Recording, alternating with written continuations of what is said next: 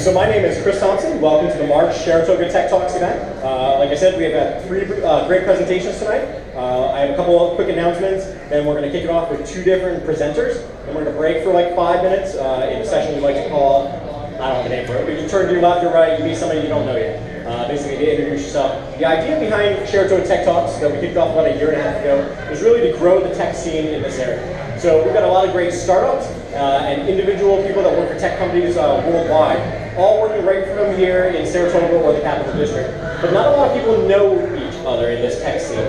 So we've got, between this event, we've got Saratoga Tech Out, which happens like every 6 to 8 months or whatever Steve feels like it. And then we've got Startup Tech Valley down in Troy, New York, just about once a month. And these are great events for bringing kind of the tech community together, and it is a growing community. We have more startups this year than we did last year. It's almost double.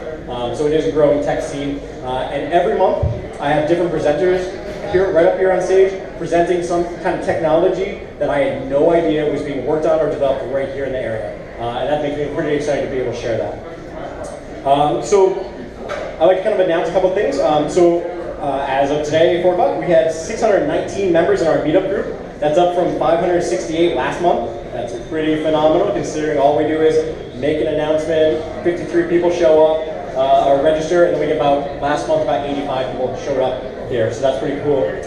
We have 487 Twitter followers at Sharatoga Tech. So if you're not already following us, that's where we do all the announcements. We put out a meetup group, I tweet it once, and then I tweet it like the day before. And that's how you know we're doing it. And that's up from 467 last month. Really excited about this. We have 21 YouTube followers on our channel. That's really exciting because we had 19 last month. So, and the month before that we had 20 and lost some person, but now we came back too. So we're doing something right here.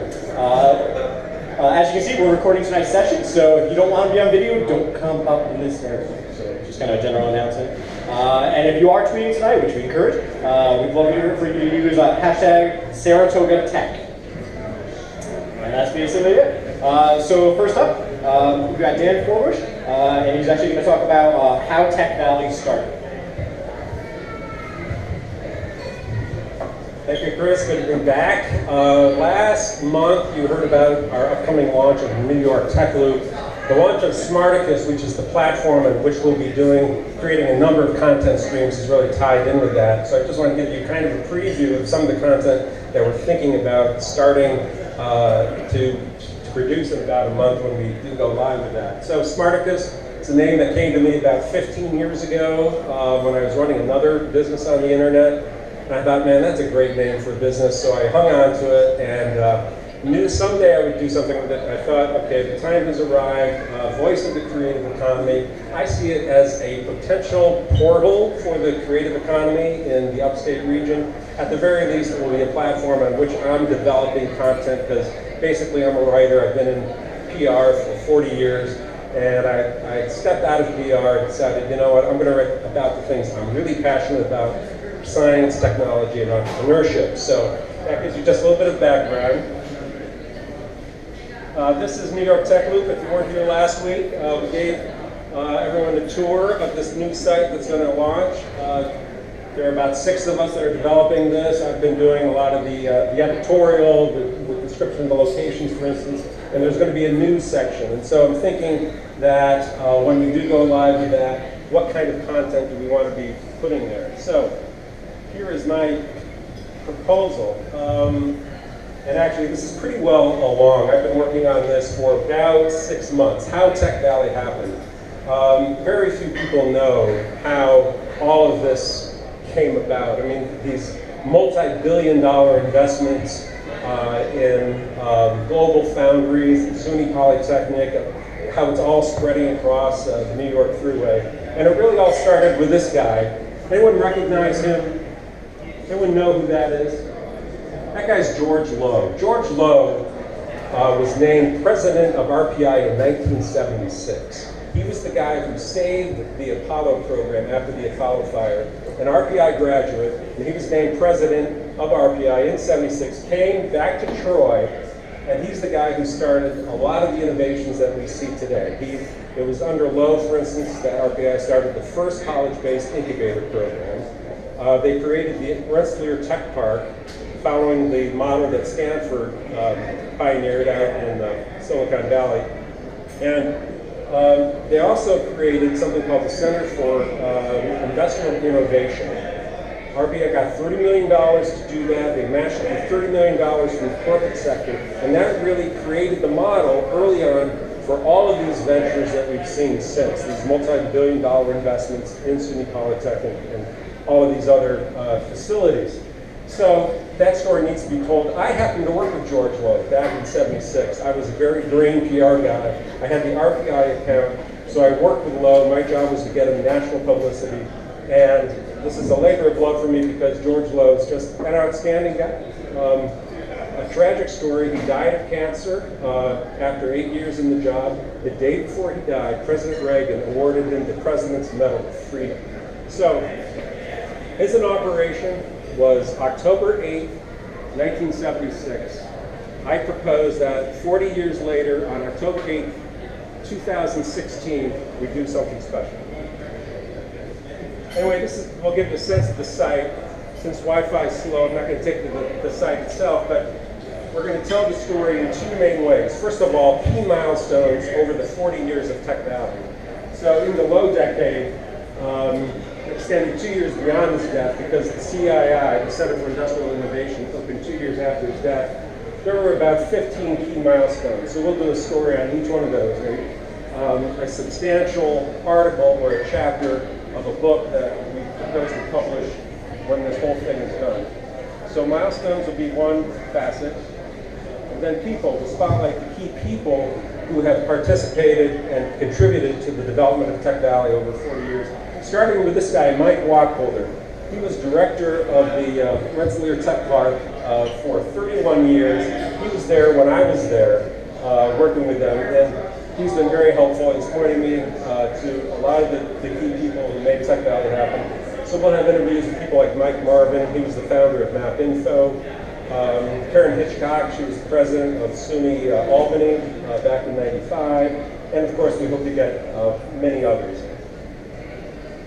This is another, just another site that we're going to be launching on the SmartThis site. And that is the New York Brainway. This is going to be focusing on resources for student startups. I've got a real passion for student startups. I've been doing promotion of Skidmore's Kenneth A. Freiberg Business Plan competition for the last 6 years. I just love the energy of students, the ideas that they come up with, the competitions. They're great. And so I'll try to spotlight a new student launch business every week.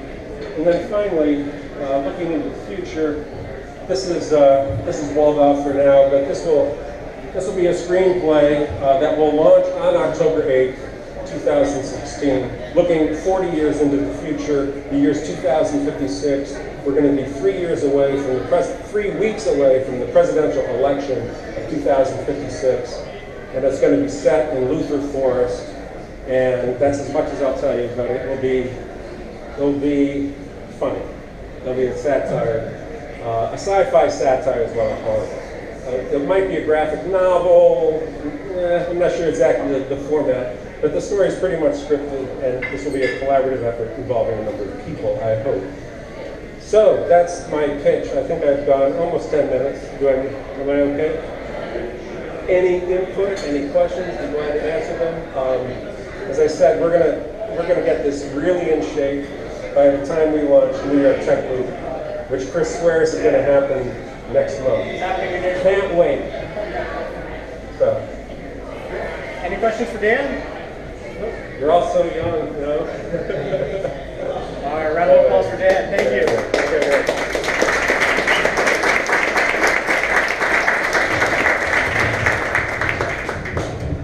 And like Dan mentioned, so if anybody was here last month, we talked about the New York Tech Group. We talked about it was coming soon, trying to build that anticipation. It's still coming soon, but maybe a little sooner than later. So we're going to launch it in April. I don't know if Steve's here or not. I don't know if you heard me say that, but it will be launching in April. So next up is Teagan. I'm going to let you touch this. So with a presentation about design for federal.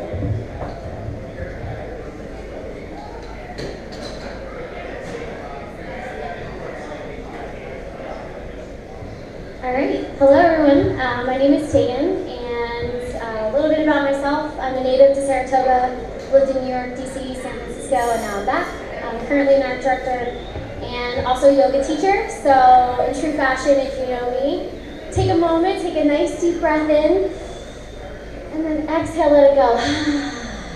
You guys are so unresponsive out there.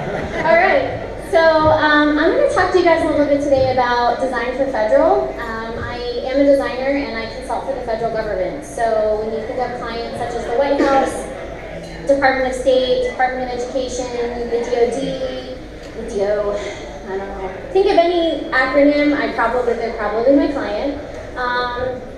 And by no means am I an expert, but I've been doing this for about 3 years. And prior to getting into federal design, I was in commercial in the pharmaceutical space, so there's some nuances there that I'm just going to kind of walk you guys through.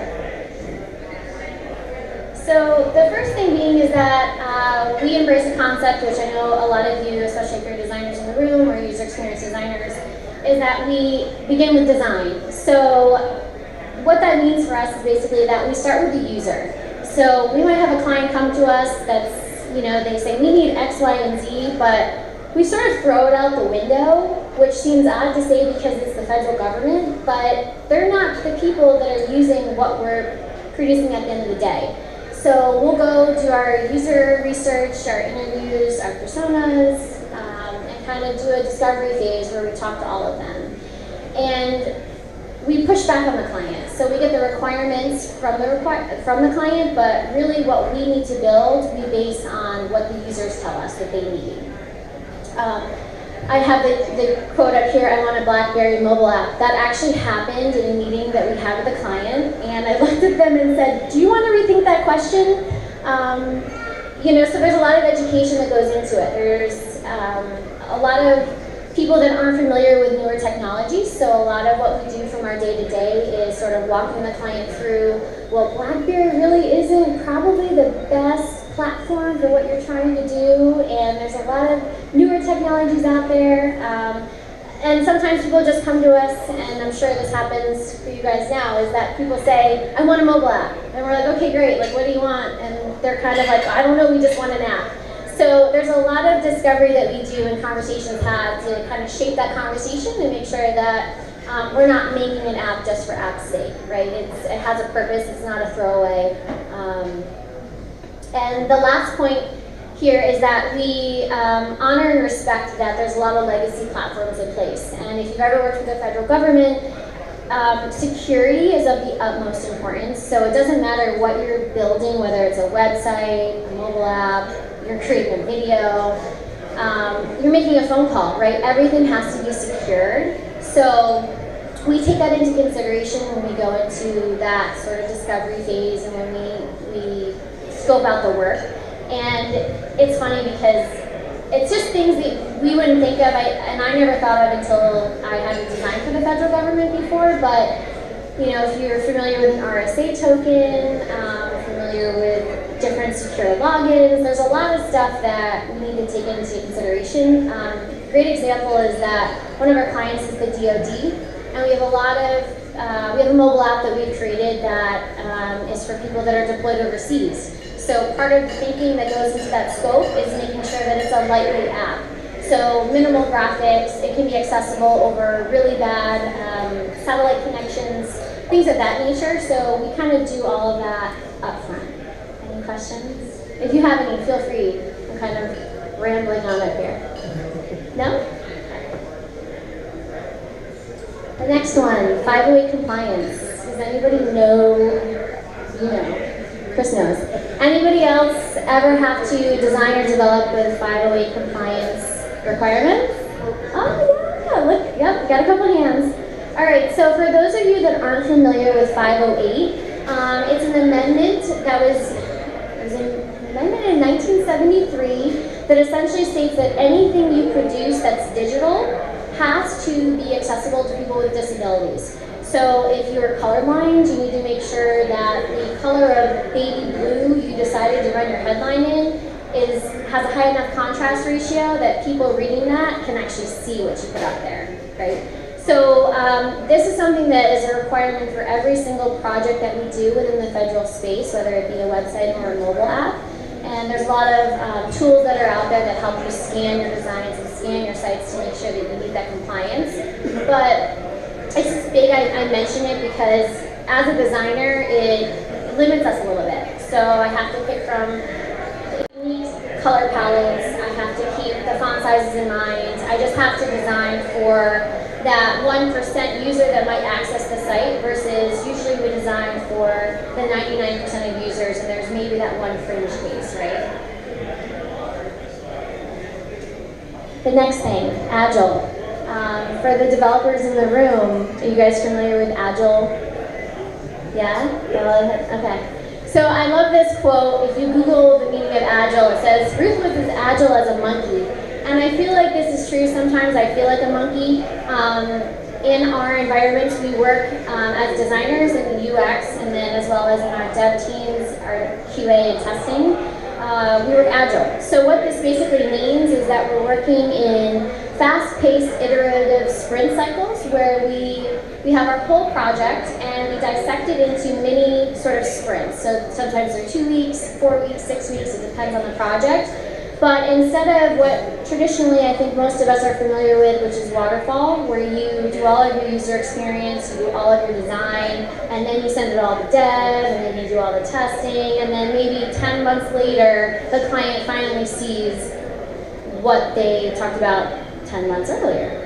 So with Agile, it allows you to work faster and get snippets of that app or that website that you're building and go through the same process. You know, you work with UX, design, dev, testing, client, but it gets it in front of that client much sooner so they can kind of see their vision, their product in their hands. They can react and respond to it. It allows for usability testing to happen earlier in the process.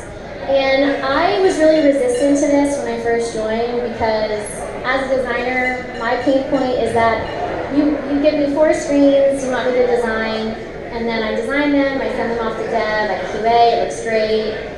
And then the next set of wireframes come through. And then, I do my thing, I go through design, and then I realize, oh shit, like this page is much more complex than it was before, so I've got to now revise everything I just did in the first sprint and kind of like backtrack. So that's a pain point, but it actually makes for a better product in the end. From what I've seen, and I've really embraced it now. So if you're not familiar with Agile, definitely grab me afterwards. I'm now a certified Scrum Master, which I know way too much about Agile than I care to share, but if you have questions about it, let me know. It's true, it's on my resume, certified Scrum Master. Not on the business cards, but yoga teacher takes precedence. And just wrapping up here, so I'm going to show a case study. This project is about 2 years old. If you know anything about the federal government, you either have a project that needed to happen yesterday, or it's, I think someone quoted earlier tonight, it's as slow as molasses. And those are both accurate descriptions of how things work in the federal government. And so as mentioned, I'm going to show you an example. I've stripped out the logos. Some things I can't talk about, so I removed the client logo in true government fashion. Some things are classified. But I'm going to kind of walk you through like a typical project that we might get. So welcome. What you're seeing up here is a beautiful current state of a design of a museum website from the mid-90s.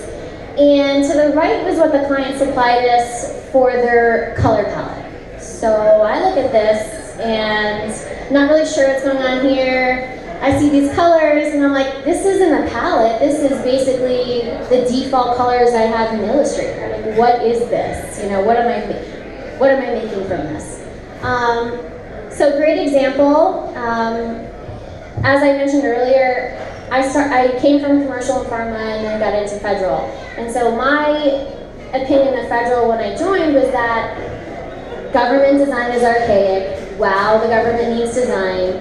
This site was built in the 90s. There's absolutely no website. There's no CSS. There's probably not a template. There's no design that's gone into place.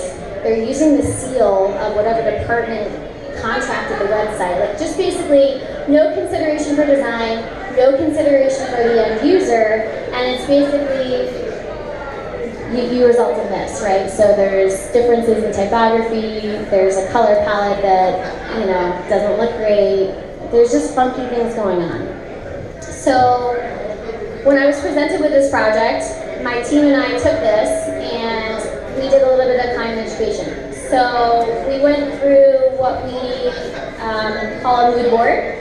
And for the other designers in the room, I'm sure this is a familiar term. But essentially, we pulled out a couple colors from the palette. This is the one the client ended up choosing. We usually show about 3. We pulled out and added a couple new lighter colors to kind of freshen up the palette, if you will. What they sent us, again, was developed in the early 90s and needed a makeover. And because it was a museum site, we had beautiful imagery that we could pull from for our inspiration. So part of the design process is being true and kind of coming back to this mood board whenever, you know, we hit a brick wall, or even when we start to develop the logo. We start to develop the page layout itself. So as I said, this was the one the client chose. We had a series of logos that we went through. We probably created all in, I think there was 47 logos.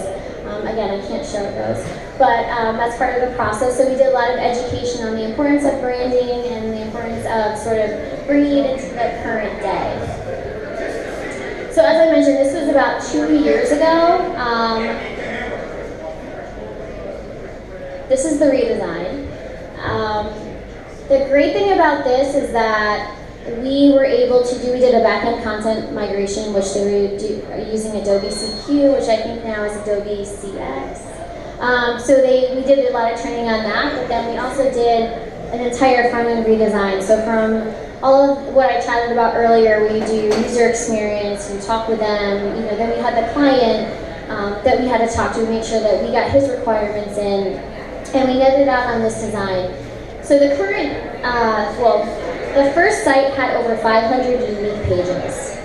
That's on a templated page. That was 500 unique different pages in one website.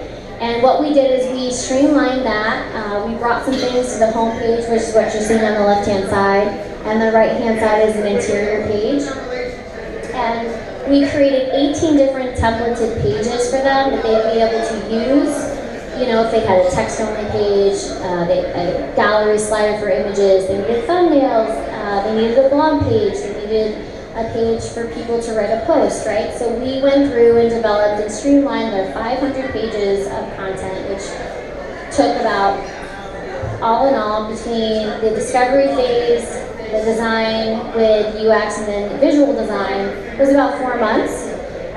This project was done in a waterfall method, and then we shot that over to Dev. Dev built that out and did the backend content migration for another 11 months, including the training. So, crazy timeline, but that's the government. That was the timeline that they had proposed to us, and so we said, okay, we can get it done faster. We did deliver it faster, but again, this took almost from start to finish, almost 2 years to come to fruition. So, you know, big challenge as a designer, being an art director with my team, is being like, you know, material design is great, but, you know, at this point in time, I think drop shadows are still in, right? That was a thing then. And so we just had to make sure that we were creating cutting edge design and working with new technologies, but creating something that when the client actually saw it, it would still be relevant and current.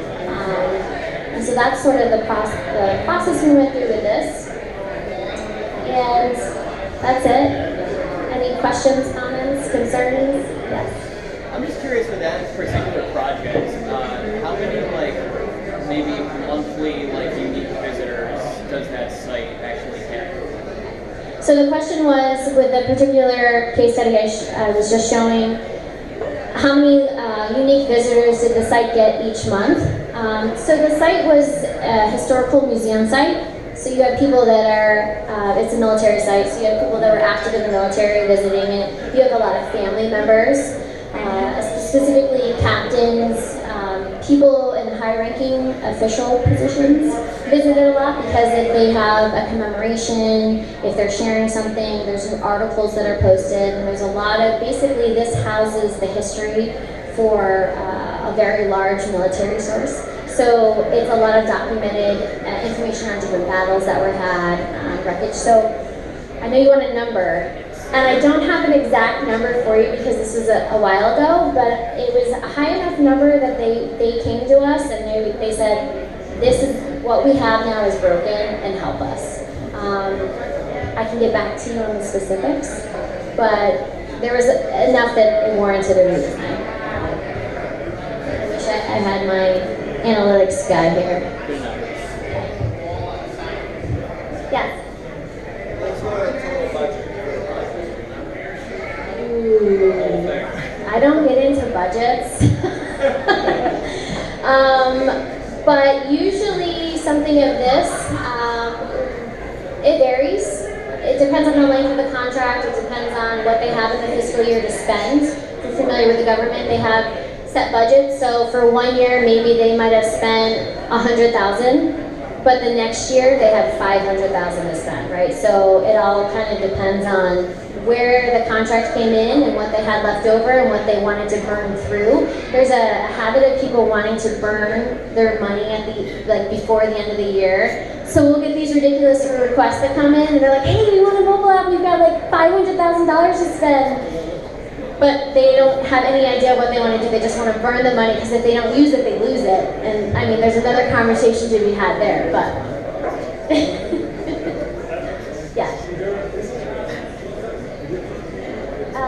Yeah, so the approval process for that particular project, and it varies, was that we had a captain who came in and he was our client.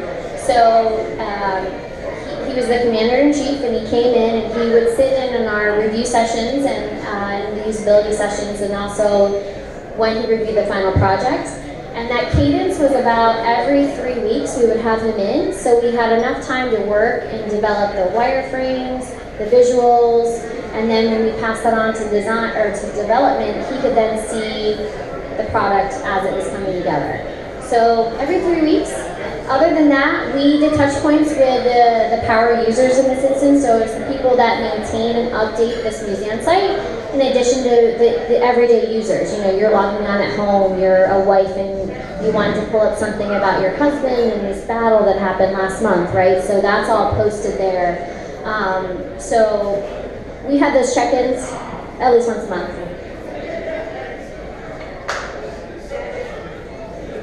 Anything else? No? Round of applause for Teagan.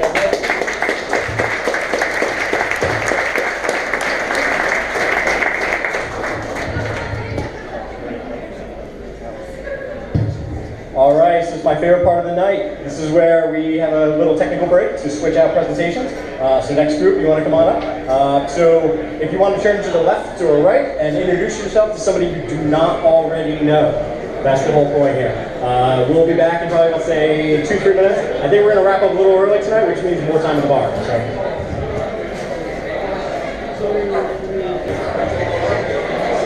All right, hello. My name is Jeffrey Leifer. This is Alex Schnackenberg.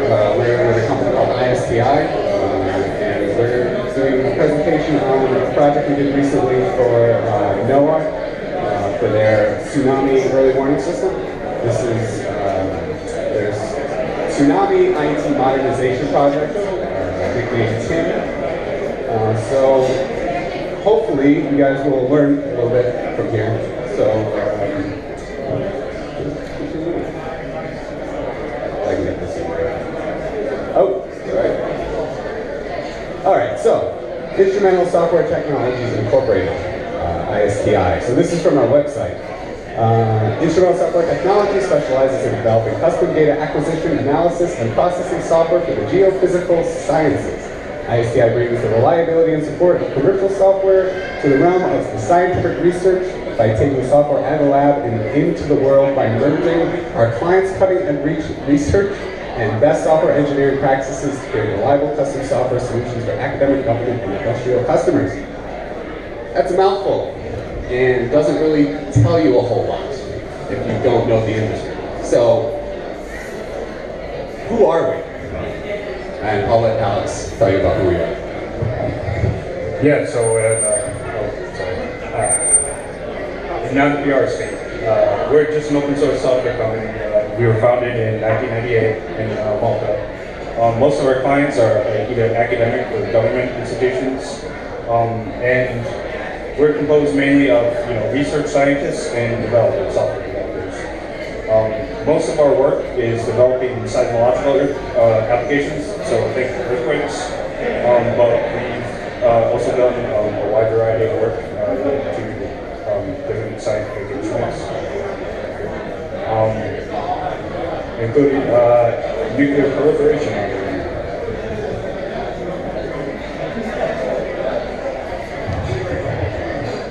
So, kind of a basic question. What is a tsunami? I know most of you probably know what a tsunami is, but there's some technical aspects of it that maybe some people don't know. So we wanted to just present this quick video just to get people kind of going on the technical bits.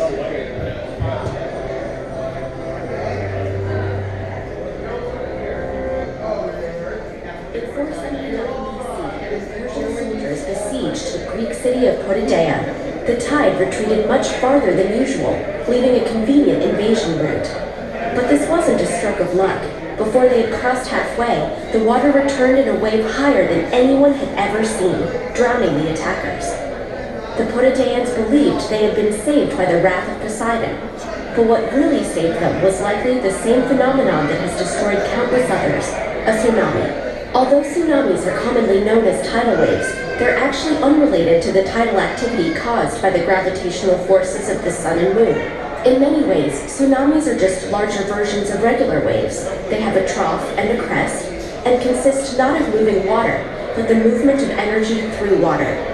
The difference is in where this energy comes from. For normal ocean waves, it comes from wind. Because this only affects the surface, the waves are limited in size and speed, but tsunamis are caused by energy originating underwater, from a volcanic eruption, a submarine landslide, or most commonly, an earthquake on the ocean floor, caused when the tectonic plates of the Earth's surface slip, releasing a massive amount of energy into the water. This energy travels up to the surface, displacing water and raising it above the normal sea level. But gravity pulls it back down, which makes the energy ripple outwards horizontally. Thus, the tsunami is born, moving at over 500 miles per hour. When it's far from shore, a tsunami can be barely detectable, since it moves through the entire depth of the water. But when it reaches shallow water, something called wave shoaling occurs. Because there is less water to move through, this still massive amount of energy is compressed. The wave's speed slows down while its height rises to as much as 100 feet.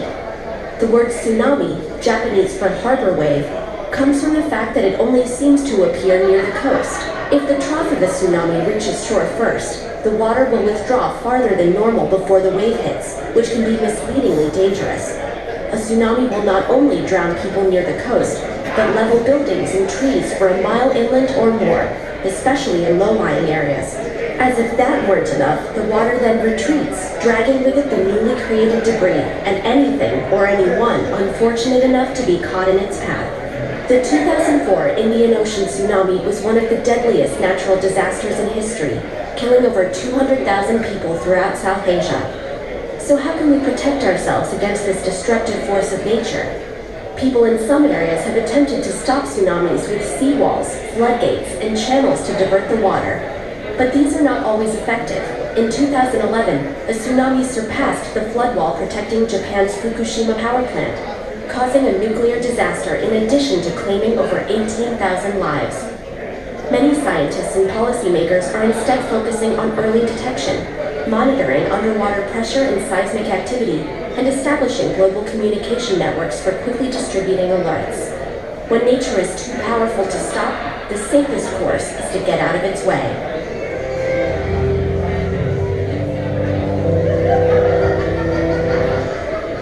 Okay, so, nothing probably anyone has, thought of. I mean, there's nothing new there. Everybody probably knows everything about tsunamis, but this is kind of a good precursor to what we do. So, earthquake early warning. That is basically how you're going to, hopefully save people's lives in the event of tsunamis. So, the basics here are When an earthquake occurs, you get two different types of seismic waves traveling through the Earth. You get the P wave, which is the first wave that comes out, and then the S wave, which is the actual one that does the damage. So if you are able to see with sensors the P wave, triangulate where the epicenter of the earthquake is, you can better give alerts to nearby cities or coasts to give people time to get out. So the overview of the TIM project, I'm going to give this over to Alex. So basically for this this project, we were a client of NOAA. We were responsible for developing the back-end data processing intensive portion. And we partnered with a couple other companies, one of which was Raytheon. Raytheon was responsible for developing the user interface. The system needed to be able to handle a maximum capacity of 50,000 channels of real-time data sampled up to 100 samples per second. So that kind of gives you maybe an idea of the magnitude of the project here. And for I guess fun facts, our work took hundreds of thousands of lines of C, C++, Python, and Fortran code. The majority of a lot of the work, a lot of the library routines that we're really grateful for the seismologists in our company. They wrote the library routines, and it was our job as the software developers to actually develop the application that we use of a lot of cutting-edge research. So the main seismic processing system that we used was this SeisComp system.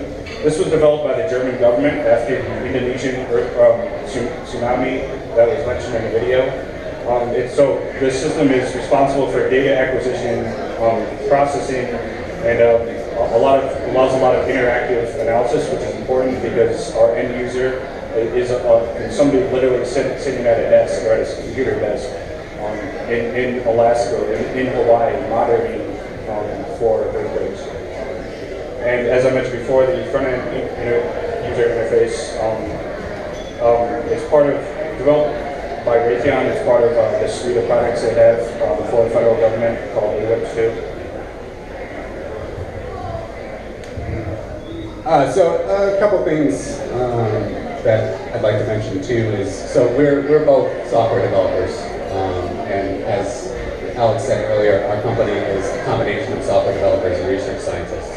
So, like he said, we work closely with those research scientists, getting the real nitty-gritty, heavy intensive math out of them, and they give it to us so we can put it in a nice package that users, the NOAA users in Alaska and Hawaii, these are where the two tsunami warning centers are on the west coast. We don't have any on the east coast. We haven't had any tsunamis recently. So now we're going to get into the technical part. Hopefully we won't go over many people's heads. If you have any questions, just stop us, raise your hand, and hopefully we can answer your questions. So kind of at the heart of our system, because we had to connect a seismic processing system and a front-end user interface, both developed by two different companies, we had to make this transport layer to be able to pass messages from one to the other. So we developed this seismic transport layer called Seismodex. Not great at naming things. So the seismic and EDEX. So that was melding of the two systems. We used two different data types to pass between the two systems. One of them being something called QuakeML, which is an XML representation of seismic data. So when you talk about seismic data, you talk about a location. So where's the earthquake? Magnitudes, how big it is. And then there's all these other data products that show exactly how the earth moved and all the stuff that the analysts are going to want to look at. The other data product is HDF5, which is basically something like a file structure inside of a binary file. So when you read it, you can open it up and it'll have a tree structure like you would for a file, but it's in a nice little package. You can send back and forth, and you can make anything out of it. So it's very diverse. And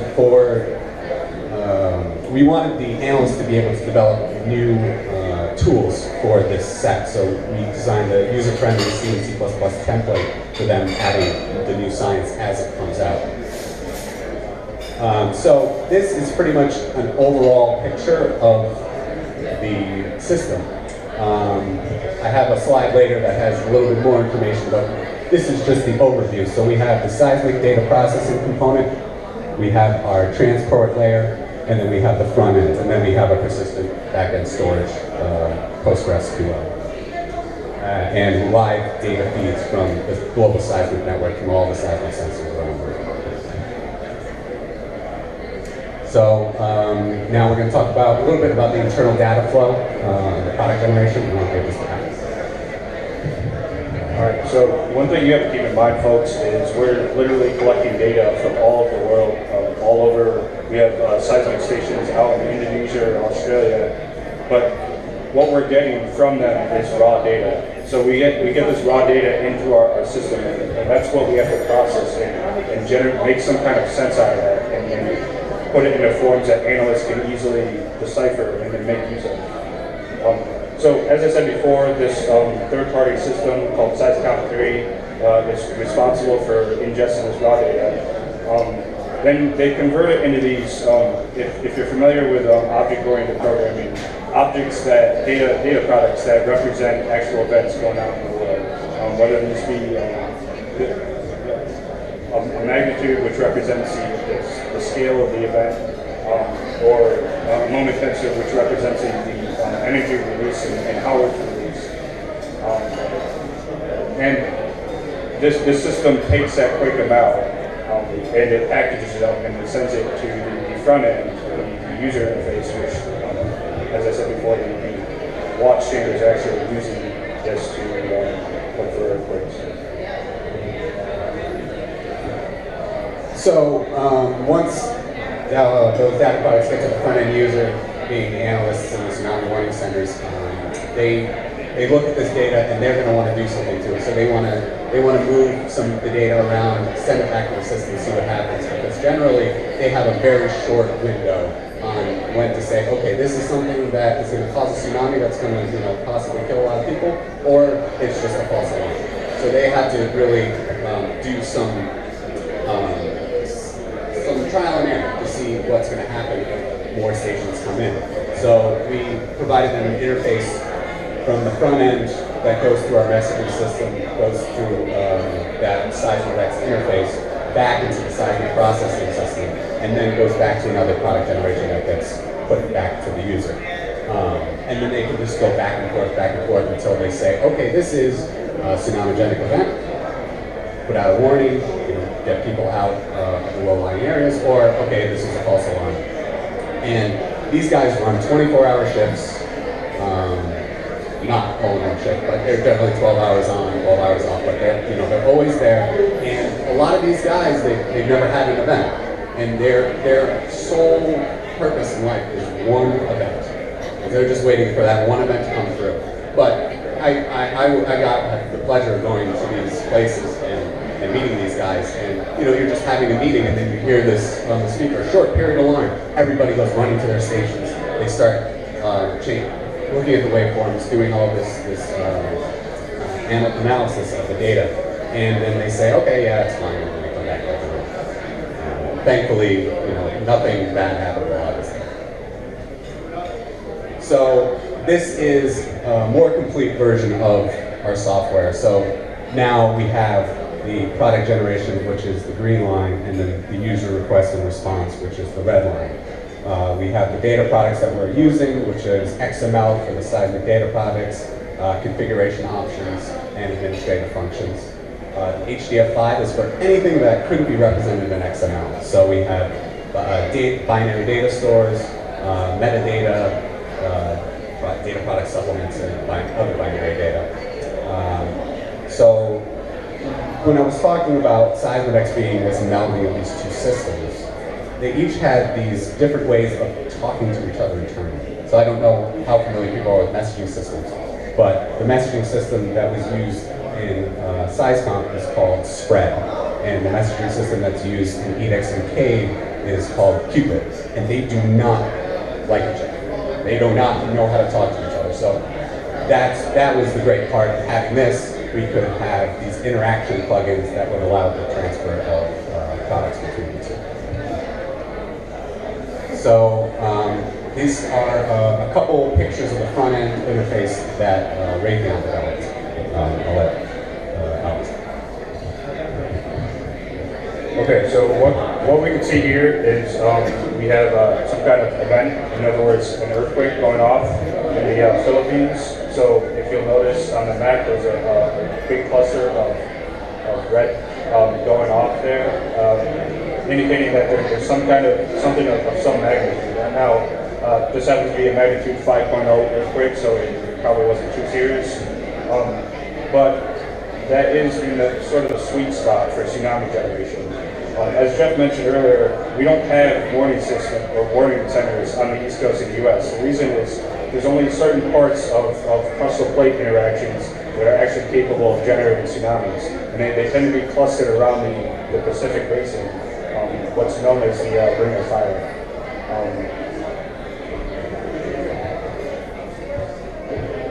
And here we have just a high-resolution topographical map of probably the same event in the Philippines. As I said, in the Pacific Ocean.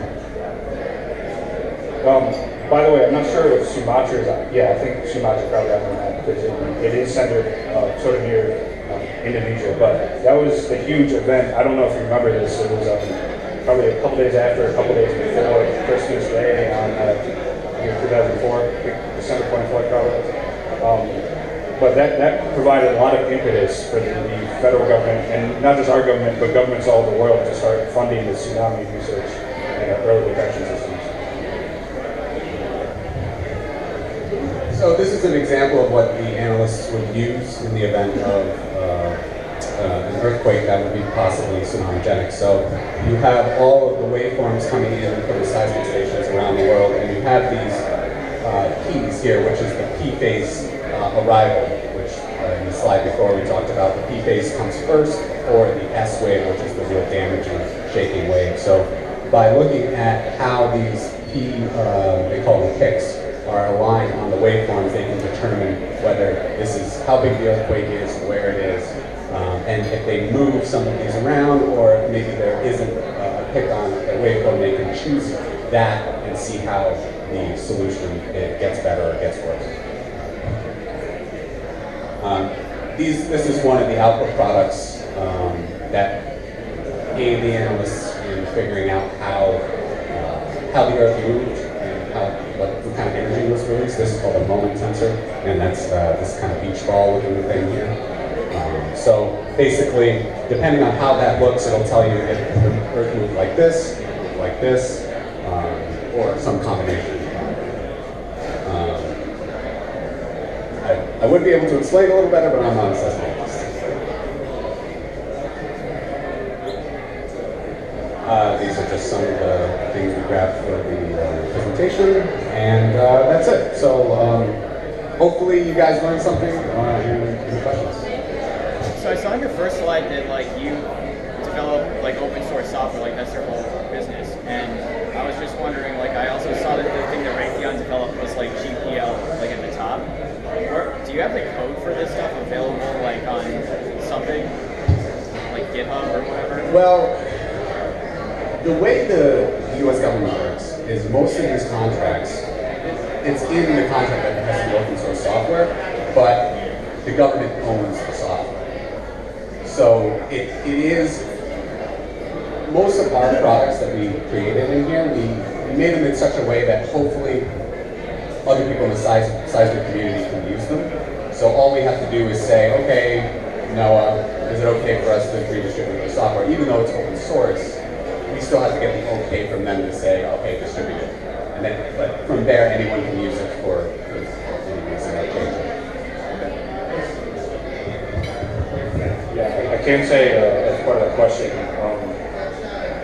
it'd probably be a lot easier for us to get you our software and then give you a demo on that, where we're just if you wanted to look at what we're doing, the nuts and bolts of it. But Raytheon is a little, they have a bit of a corporate environment, so you probably have to talk to them about it. Just to give you a little explanation of the scope is we're a company of about 20 employees. Raytheon is a global heavy-hitting defense contractor. So anything they make, they want us to be able to make a buck. And we just want to help out the community. So, how long does it take to determine if there is a real event? Okay, so the question is how long does it take to determine if there's an event? So in the requirements, I think it was within 2 minutes. Correct, but located depends on how far you are from. Yeah, it depends on a number of factors, but to get an initial location, you basically just need a few stations. So if an earthquake happens and you have, let's say, 3 seismic stations very close to it, you can locate it, within a few seconds if those key wave arrivals come in fairly quickly. But in the requirements for this project, I think it was 2 minutes that we had to say, yes, this is going to be a tsunami-centered event, issue a warning, or no, it's not. So from that, it's the communication with the general public, and then trying to actually get people out of there, and how far away it is from the shore. Yeah, that's government and infrastructure. That's unfortunately out of our hands. Sure, no, how I'm just trying to get that. perspective from how this works. That's a good question. You need very fine time resolution on your data. You need very fine time resolution on your data. Does it all, you know that it's, if 2 sensors are reading something, you need to know that they're, within a second of each other, within a second of each other. Yeah, so seismic data is very standardized. There's a whole novel on the standardizations of seismic data. It's called the SEED manual. And I have one on my desk, and I shudder whenever I have to open it because finding anything in there is a bear. But each packet comes in and it has these things called blocks. And each block tells you something about the data. So when it came in, what the sensor was reading, what the GPS timing information is on it. So you get a latency timestamp on every sensor. And so you can say, okay, this is latent by X amount of seconds or X amount of milliseconds, so you can adjust for that in the seismic process. He asked my question. Oh, okay. What's the largest earthquake?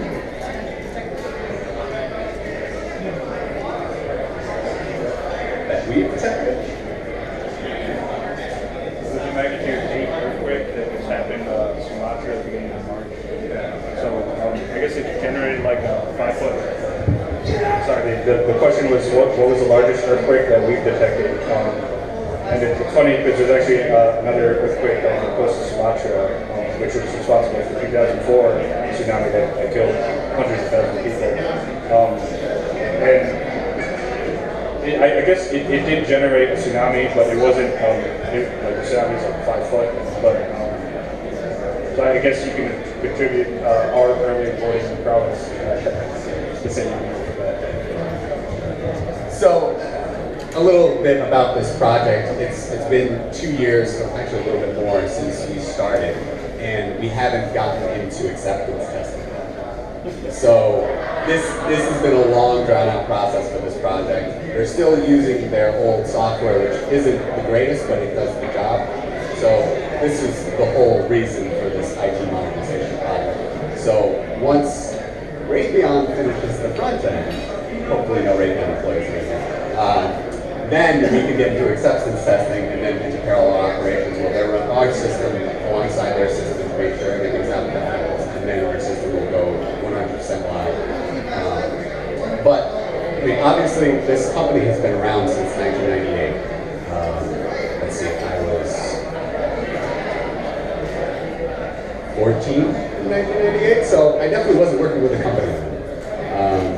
But they've been doing this for many, many years. And they have a lot of seismic products out there that have been the standard for a very long time. So your question on what's the biggest earthquake we've ever determined, some of our other software products have detected, nines, the biggest ones that we've ever had in the past.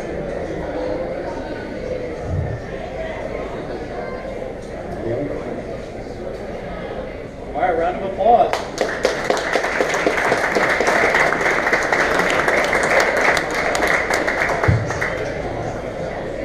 Great. All right. So did everybody follow? And the architecture, did it go over anybody's head? No? That's awesome. So kind of the goal of having these guys come up here tonight is to kind of blow your mind. And this is being developed right here, upstate New York, landlocked Saratoga Springs, early warning tsunami system. That's pretty heady stuff, if you ask me. I especially love that Raytheon, who makes bombs, also designed a user interface. So that's pretty cool too, right? And they make blimps. I mean, so just that crash, right? So just all around great, and they make user interfaces. So I know Teagan got a kick out of that. So that was our last presenter. So thanks a lot for coming out for our March Sharatoga Tech Talks. We'll be back here in April. We've got one more slot open for April. So if somebody's got something cool you want to share with the audience, come up, talk to me afterwards. Otherwise, I'll see everybody back in April.